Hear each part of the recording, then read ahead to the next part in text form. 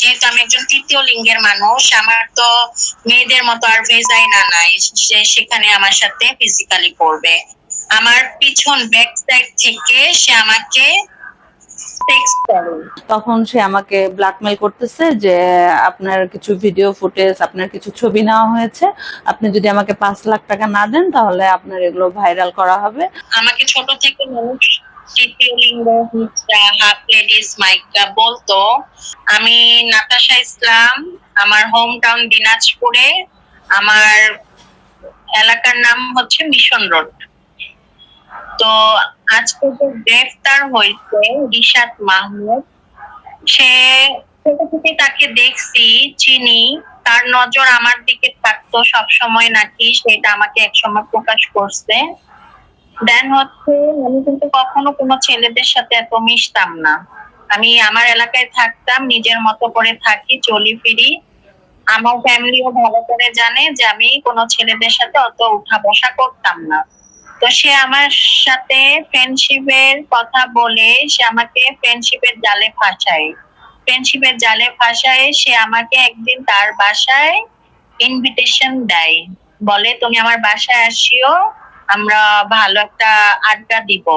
তো একটা ফ্রেন্ডের মধ্যে তো অনেক সময় অনেক কিছু হয়ে থাকে, যেমন ভালো একটা ফ্রেন্ডশিপের ক্ষেত্রে ফ্রেন্ডের বাসায় যেতেই পারে, তাই না? তো আমি যেহেতু আমাকে ছোট থেকে মানুষ তৃতীয় লিঙ্গ, হাফ লেডিস মাইকা বলতো, তো সে সেই সুযোগের হয়তো সদ্ব্যবহার করেছে।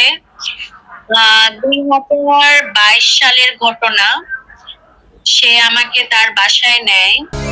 আমাদের নতুন ফ্ল্যাট, ওয়াও, নতুন সোফা, সোয়ান ফোম। তার বাসাটা হচ্ছে তার মামার বাসায়, তো ছোটবেলায় থাকতো। তার মা মারা যাওয়ার পর সে ওই যে মালদাপট্টির বাঞ্জারাম ব্রিজটার ওখানে সে থাকে। সে আমাকে ওখানে লোকেশন দিয়ে ডাকে তার বাসায়। আমি যখন যাই তখন সে আমাকে বলে, মানে আপ্যায়ন করে, কিছু খাবা কিনা, এটা না। আমি বললাম না, কিছু খাবো না, বলো, গল্প করি। দেন সে আমাকে বলে কি, এক কাজ করো, তুমি হচ্ছে বডি ম্যাসাজ নিতে পারো আমার কাছে। আমি যেহেতু জিম করি, আমি ভালো একটা বডি ম্যাসাজ তোমাকে দিয়ে দিতে পারি। আমি বললাম কি, না না, আমার বডি ম্যাসাজ লাগবে না। পরে বলে কি, তাহলে যেহেতু আমার বাসায় আসছো, তুমি আমার বডি ম্যাসাজ করে দাও। আমি বললাম আমি বডি ম্যাসাজ পারি না। পরে বলে কি যে, করে দাও না, আমি একটু কই, তুমি করে দাও। সে আমি শুইছে জোর কইরা আমার হাত তার গায়ের মধ্যে টাচ করায়, পরে আমারে জোর কইরা বলে কি, আমি তোমাকে বডি ম্যাসাজ দিচ্ছি, তুমি সেম এইভাবে করবা আমার সাথে। তা আমি বললাম আচ্ছা ঠিক আছে। সে আমাকে বডি ম্যাসাজ দিতে দিতে আমার বডি এত মানে খারাপ ব্যাক টাচ করে, যেমন ছেলেরা এইভাবে করে সে আমার বডি টাচ করছে। কাজ করতে করতে, যেহেতু আমি একজন তৃতীয় লিঙ্গের মানুষ, আমার তো মেয়েদের মতো আর ভেজাইনা নাই, সেখানে আমার সাথে ফিজিক্যালি করবে। আমার পিছন ব্যাক সাইড থেকে সে আমাকে সেক্স করে, সে আমার সাথে জোর করে সেক্স করে। আমি তাকে অনেক আটকানোর চেষ্টা করি, কিন্তু তার শক্তিতে আমি পারি নাই। তার শক্তির জন্য আমি নিজেকে কন্ট্রোল করতে পারি নাই। কিন্তু তখন যে আমি কোনো আইনের কাছে যাব, তখন আইন আমার কথা শুনবে না, আমাকে অনেক কথা বলবে, অনেক হেনস্থা করবে। যার কারণে আমি এটা বলতে পারিনি। আমার ফ্যামিলির কথা চিন্তা করেও আমি কিছু করতে পারিনি। কিন্তু তার কারণে আজকে আমার লাইফটা অর্ধেকটাই নষ্ট। এখন আমি এটার একটা বিচার চাই। একটা মানে গন্ডগোলের মাধ্যমেই আমার রিশাদের সাথে পরিচয়। আমার এক ছোট বোন, তার সাথে রিশাদের গন্ডগোল হয়েছে। সেই ছোট বোনকে ব্ল্যাকমেল করা হচ্ছিল তার ভিডিও ফুটেজ, তার ছবি নিয়ে। তো একদিন এই গন্ডগোলটার মাধ্যমে তার সাথে আমার পরিচয় হয়েছে। তো আমি রিশাদকে যখন জিজ্ঞাসা করছি যে এগুলো কি সত্য, তখন সে বলছে আপনি আমার সাথে বসেন, এগুলো সব মিথ্যা। তো আমাকে বসার জন্য সে আমাকে বললো যে একখানে আমরা বসি, এগুলো সব মিথ্যা। আর আমি বলছি, বারবার বলছি এগুলো কি সত্য, সে অস্বীকার করছে এগুলো মিথ্যা। তারপর যখন আমি তার সাথে বসছি, সে আমাকে তার বাসায় নিয়ে গেছে।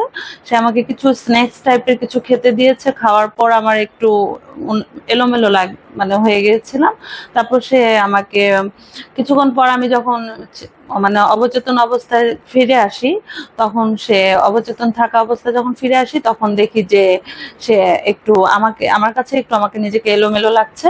তখন সে আমাকে ব্ল্যাকমেল করতেছে যে আপনার কিছু ভিডিও ফুটেজ, আপনার কিছু ছবি নেওয়া হয়েছে, আপনি যদি আমাকে 5 লাখ টাকা না দেন তাহলে আপনার এগুলো ভাইরাল করা হবে, এরকম অনেক কিছু। তারপর আমার কাছে তখন আপাতত কিছু ছিল না, যে আমার গলার চেন, হাতের আংটি, চুড়ি, এগুলো আমি তাকে প্রায় 5 লক্ষ টাকার মতো 4.5 লাখ টাকার মতো গয়না তার হাতে দিয়েছি। তারপরও সে ক্ষান্ত হয়নি, তারপরও সে ব্ল্যাকমেল করে, তারপরও সে মানে ফোন দিয়ে অনেক হুমকি দেয়। তারপর আমি না পেরে প্রশাসনের আয়ত্তে গিয়েছি, প্রশাসনকে কমপ্লেন করেছি। এবং আমি না শুধু, অনেক ভুক্তভোগী তার এই ইয়েতে আছে, এটা গোটা দিনাজপুরবাসী জানে। আজকে হয়তো আপনারা তার পোস্ট দেখেই আপনারা বুঝতে পারছেন যে সে কতটা নরপশু টাইপের। এবং সে শুধু এই কাজগুলি করে তা না, সে মেয়েদেরকে বিভিন্ন ভাবে নিয়ে যায়, মানে অমানসিক টর্চার করে, যেটা বলা যায় না। এবং সে রাস্তাঘাট থেকে তুলে নেয় এবং তার সাথে না গেলে সে রাস্তাঘাটে সিনক্রেট করে। তো আমার প্রশাসনের কাছে আবদার যে এর একটা সুষ্ঠু বিচার আমি চাই।